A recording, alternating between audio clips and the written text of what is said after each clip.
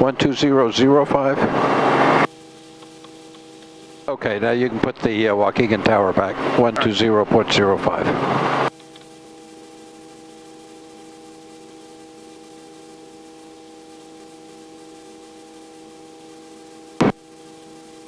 Okay. I think we're ready to go. Kenosha Tower, helicopter 3014, terminal ramp with Alpha. Take off to the southwest, depart to the south along I-94. Helicopter 3014, Kenosha Tower, departure to the southwest, approved. Terminal ramp departure will be at your own risk. Helicopter 014. That was a smooth liftoff. Yeah, thank you. I've been working on that. Only 15 out over the water, descending out of 6,400. Now we have Alpha and looking for VFR. There's ETL. Climb altitude. As you're coming up, you're basically pulling up on the collective and a little bit back on the stick. Is that correct? Yeah. When are you talking about liftoff or when I started to take off? When you started to take off just now. I actually, if I do it right, I don't move the collective at all. I just drop the nose a wee little bit. And then if we start to sink, I'll apply a little bit of collective. And then I may have to lower the collective slightly as we get ETL to keep it down close to the ground in case we have an engine failure. And then once we get ETL, I just hold that attitude and wait for the airspeed to increase to 60 knots, where it should be now while we're still climbing. And then once we get to our altitude, which is going to be 2,000 feet, I'll probably keep the collective where it is and just drop the nose so we speed up. And I'm double checking my gauges. It looks like we could use a little carburetor heat. Plenty of fuel, everything else is looking good, and the lights are on. There's my 2,000 feet, so I'm going to leave the collective where it is and then drop the nose. I didn't adjust the collective at all, and I'm just going to, within a fairly narrow range, I see that we're descending a little bit, so I'm going to ease back on the cyclic just a little bit. Trade-off speed per altitude. Then the next frequency, do I need to put it in the alt? Yeah, you could go ahead and put in Milwaukee. Is 119.9. Right. Minding myself that the wind's coming out of about 210, so if we had an engine failure, I'd land that way. Okay. You're continually looking for spots, so something over here possibly? Yeah, those three green areas would be good. This one down here would be good. Okay. Too many houses there. I might be able to get to that open area there, but I'm not sure. Does it matter what angle you take? Can you go straight down? Yeah, but you don't want to do that because you're dependent.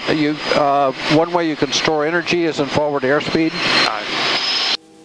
And you also want to, if you fly the auto at best lift of drag ratio, which is 55 to 60 knots, you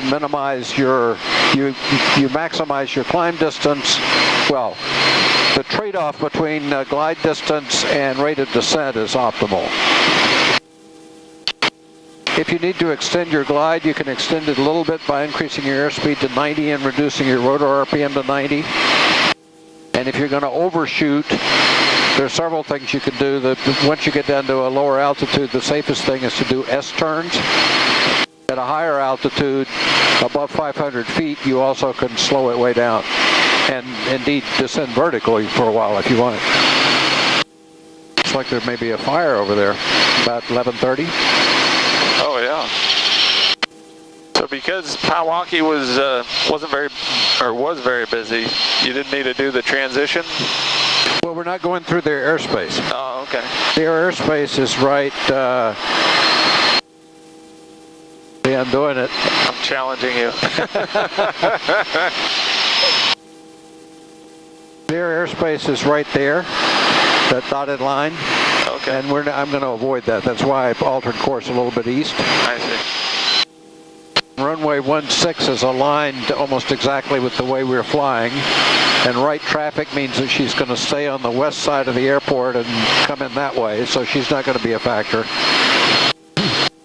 I guess if you're not familiar with the area, you kind of have to plot where you're going and the absolutely. direction and everything of the runways. When you first start flying, most people have a really hard time with that.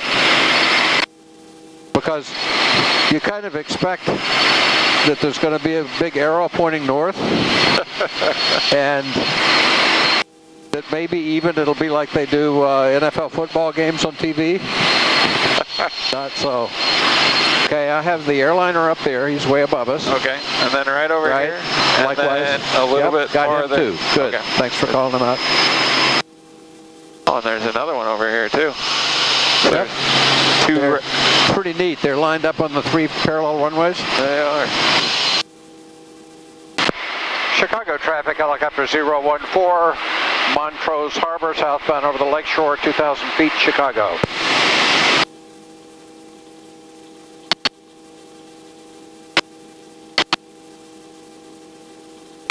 Chicago traffic, helicopter 014, Navy Pier, southbound over the lakeshore, 2,000 feet, Chicago. Okay, I'm going to drop down a little bit and get below 1900.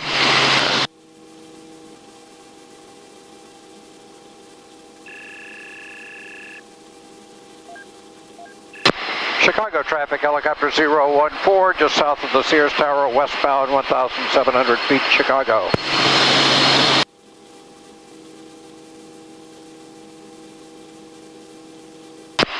Chicago traffic, helicopter 014, Kennedy Expressway, northbound 1,700, Chicago. No, this one doesn't look all that big when you get close to it. No. Don't really see a lot of supervision over them though. No. Unless those are the supervisors. Oh, sure.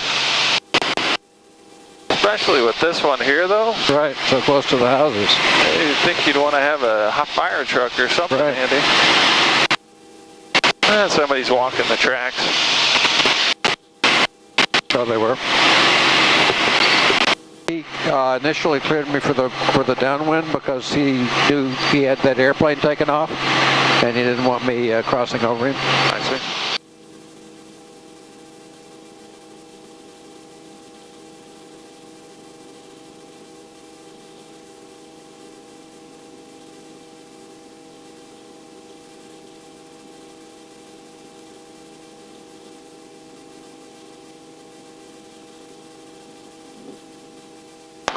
Well done. Okay, thank you.